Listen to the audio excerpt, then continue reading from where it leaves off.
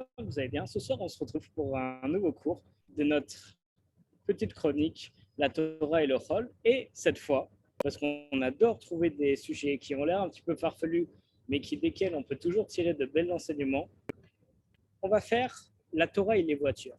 Alors, d'où vient cette réflexion, d'où vient cette idée de chiour?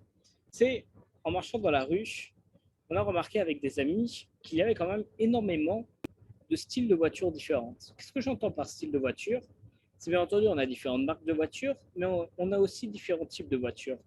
On a des voitures faites pour le confort, d'autres plus robustes pour la sécurité, d'autres pour le sport, d'autres pour carrément la course, d'autres juste pour se déplacer, on va dire, qui sont vraiment basiques.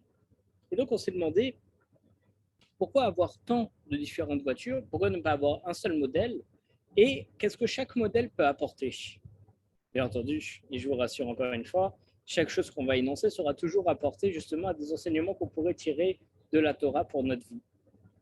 Alors, comme on l'a dit, on peut d'abord distinguer avec les plusieurs styles de voitures, plusieurs types de vitesses qui vont aller avec. Une voiture normale va être limitée à, je dis n'importe quoi, 160 km/h. Une voiture un peu plus rapide, un peu plus sportive à 180 et une vraiment de sport 200, 240, etc.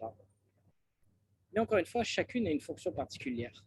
C'est-à-dire que celle qui aura moins de vitesse, en réalité, aura très certainement plus de sécurité, sera plus robuste. En effet, plus une voiture est lourde, plus elle pourra avoir de la sécurité parce que les pare-chocs, etc., seront renforcés. Mais plus elle est lourde, moins elle pourra aller vite. Et au contraire, plus elle est légère et moins elle aura de choses à l'intérieur et de sécurité, plus elle pourra aller vite. Ce que ça nous apprend dans la vie, on a aussi différents types de personnes dans la vie. On va prendre différents types de personnes qui étudient. On a, par exemple, ceux qui se disent je vais me mettre que à faire le Dafayomi. C'est quoi le Dafayomi? C'est un programme selon lequel tous les jours on étudie une page de Gemara. Avec ce Dafayomi, on voit qu'une page par jour, c'est quand même un débit plutôt rapide. Et donc, en fait, c'est quoi le but du Dafayomi? C'est en même temps être sûr que tous les jours on étudie et accumuler des connaissances sans aller dans la profondeur des textes.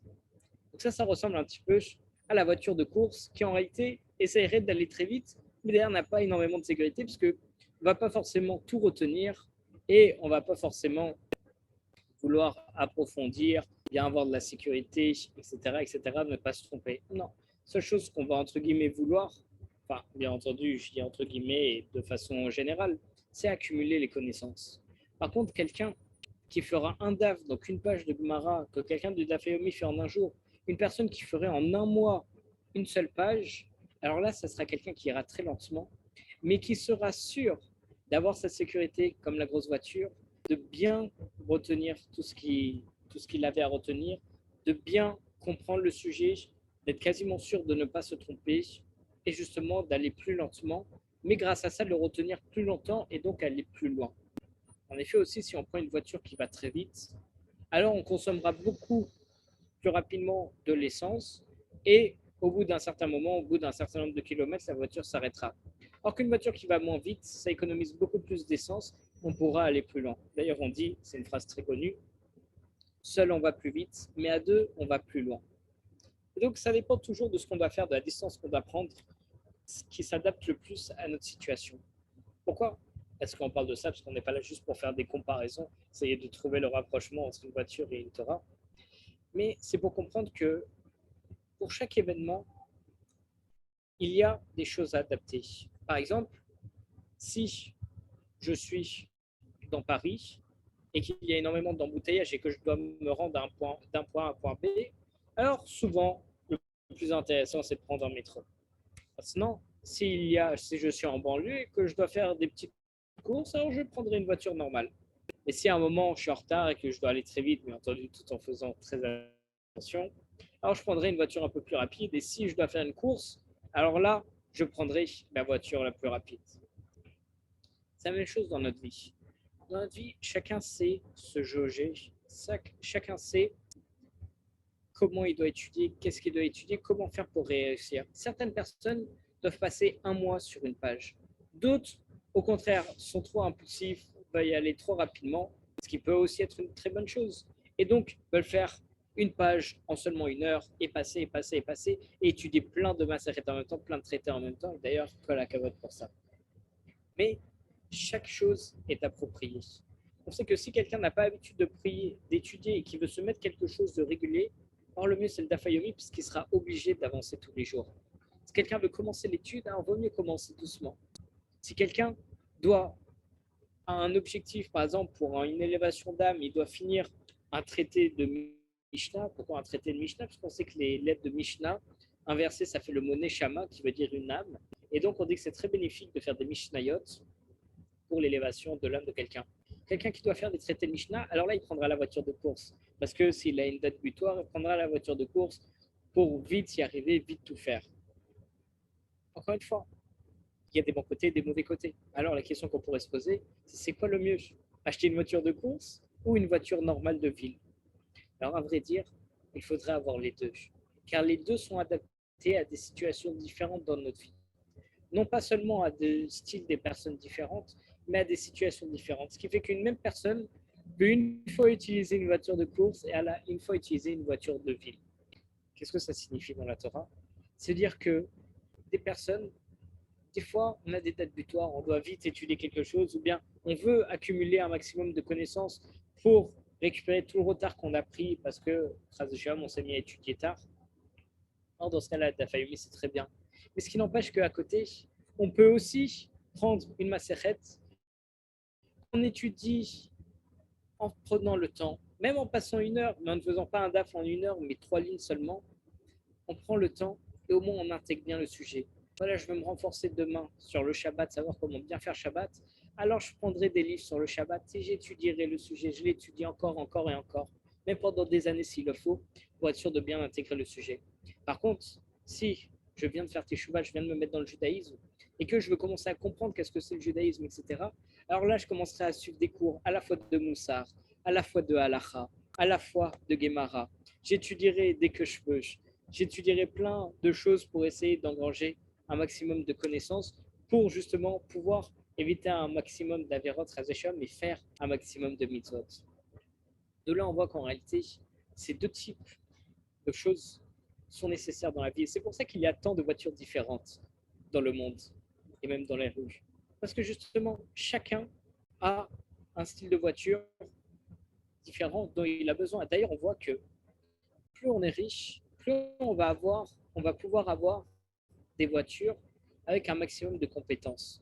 Plus on est riche, plus on va pouvoir avoir une voiture à la fois rapide, à la fois avec de la sécurité, à la fois avec une bonne autonomie, etc., etc., etc. Et c'est la même chose dans la Torah.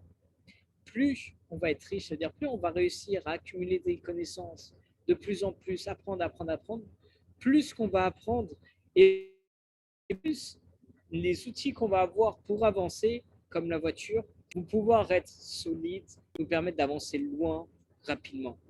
On voit d'ailleurs, quand au début je connais rien, alors c'est comme si je marchais à pied, parce que j'essaye d'avancer tout doucement pour apprendre, apprendre, apprendre. Mais dès que je commence à apprendre l'hébreu ou l'araméen, dès que je commence à savoir comment marche Rashi, puis Tosfot, puis comment marche une Gemara, puis comment marche la Gemara par rapport à la Mishnah, puis la Halacha qui m'en découler. Alors au fur et à mesure, en fait, ce sont des richesses de connaissances et d'esprit qui vont pouvoir s'accumuler pour constituer le meilleur véhicule, le meilleur récipient, le meilleur outil qui va me permettre plus tard d'avancer. Parce que pourquoi est-ce que les grands rabbinim peuvent justement être si forts dans de si gros sujets? Parce que les grands rabbinim savent, dès qu'ils voient un sujet, savent directement aller voir Rashi, le Rambam, savent quel commentateur aller voir, quel livre ouvrir, etc., etc. Mais ça ne vient pas d'un coup. Il faut accumuler cette richesse. Tout comme une personne qui vient de naître ne peut pas s'acheter automatiquement une voiture de sport tout équipée. Non, il faut accumuler au fur et à mesure du temps.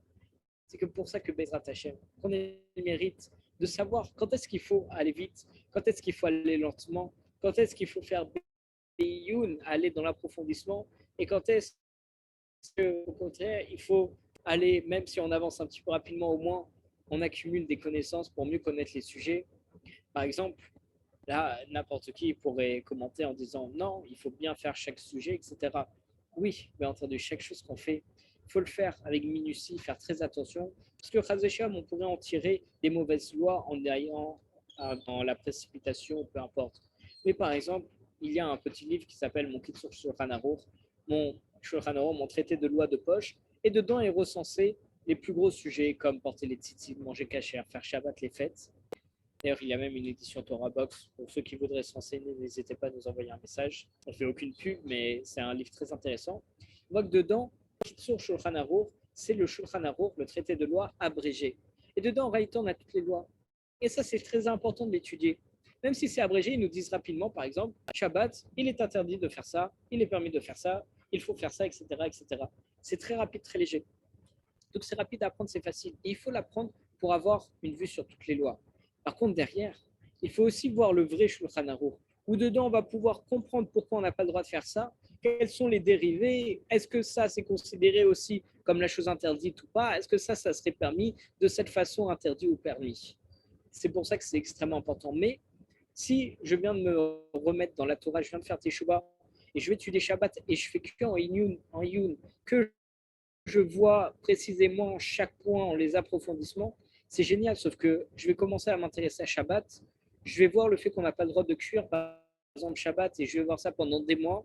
Mais pendant des mois, je vais croire que je fais Shabbat, alors que je n'aurais pas vu tous les autres travaux interdits parce que je ne me serais fixé que sur celui-là. C'est pour ça que juste avant de faire le Iyun, de faire l'approfondissement, il faut d'abord essayer de voir tout ce qui se passe. Maintenant, voilà, je connais les 39 travaux interdits de Shabbat, ça. Maintenant, je veux mieux comprendre celui-là, je l'approfondis, mais au moins, je sais c'est quoi tous les travaux pour être sûr que j'ai une vision générale et pour ne pas fauter ou pour pouvoir faire les mitzvot. C'est pour ça que Bezrat Hashem, on a toujours la chance de savoir quand est-ce qu'il faut étudier avec approfondissement, quand est-ce qu'il faut au contraire survoler un peu plus vite, mais justement pour avoir une vision globale avant d'étudier avec approfondissement, qu'est-ce qui est le plus adapté à nous. Parfois aussi, pourquoi est-ce que je me permets de faire ce genre de réflexion? Parce que certaines personnes, encore une fois, ne supportent pas rester trop longtemps sur un sujet. Alors, si on leur dit seulement, le seul moyen d'acquérir la Torah, c'est de se mettre longtemps en approfondissant sur un sujet, alors cette personne ne voudra plus étudier la Torah. Une personne, au contraire, qui aime approfondir, mais qui n'aime pas aller trop vite, alors si on lui dit seulement il faut faire vite, parce qu'il y a tellement de Torah, on ne pourra jamais apprendre toute la Torah dans une vie, et donc il faut absolument acquérir un maximum de midot, faire à la fois de la halacha, du moussar. Il y a tellement de choses absolument merveilleuses qu'on voudrait voir. Et une personne qui voudrait aller que dans l'approfondissement n'aimera pas ça. Alors non, il faut lui dire qu'au contraire, aller dans l'approfondissement, c'est très bien. Les deux sont bien et qu'il faudrait essayer au maximum de concilier les deux. Chazak ou tous.